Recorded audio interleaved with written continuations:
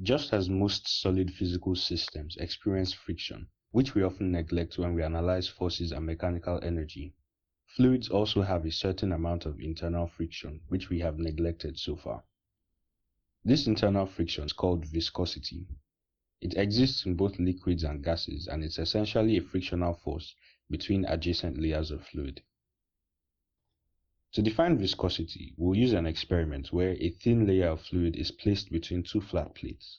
The layers of fluid directly in contact with each of the plates are held to the plates by the forces of adhesion. The lower plate is kept fixed, while a force is applied to the upper plate.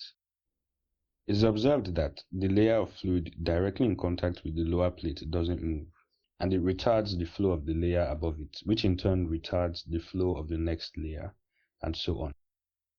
So the velocity varies continuously from 0 at a point close to the lower plate to a maximum velocity v of the fluid at the upper plate.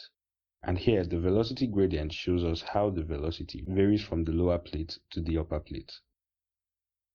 In this experiment, it is observed that the amount of force applied to the upper plate to produce a specific velocity is directly proportional to the said velocity. It is also directly proportional to the area of fluid in contact with each plate, and inversely proportional to the separation of the plates or the distance between the plates. For different fluids at the same conditions, the more viscous the fluid, the more force is required, and so the proportionality constant for this equation is defined as the coefficient of viscosity, represented by the Greek symbol eta.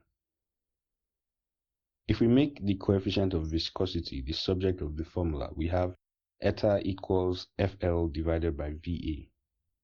The coefficient of viscosity is used to express the viscosity of a fluid quantitatively, and its SI unit is Newton seconds per meter squared, or Pascal seconds.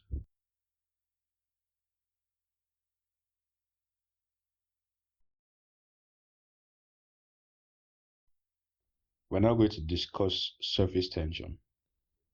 The surface of a liquid at rest will usually act like it is under tension, and this tension acting along the surface arises from the attractive forces between the molecules of the liquid.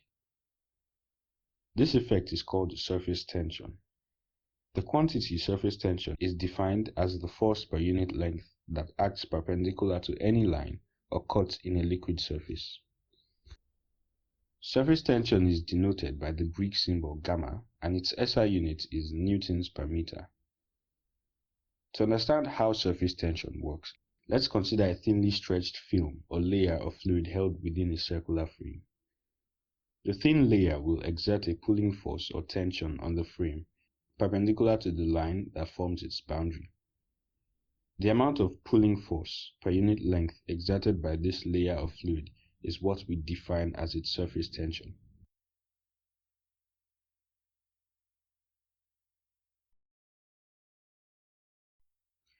Finally, we're going to talk about the concept of capillarity. Liquid molecules normally experience forces of attraction, either between themselves or from molecules of other objects.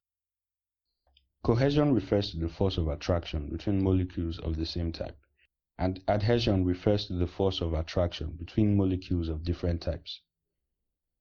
In tubes having very small diameters, liquids are observed to rise or fall relative to the level of the surrounding liquid. This effect is called capillarity, and such thin tubes are called capillaries. Whether the liquid rises or falls depends on the relative strength of the adhesive and cohesive forces. If the adhesive forces between the liquid molecules and the tube are higher than the cohesive forces between the liquid molecules, the liquid will be seen to rise.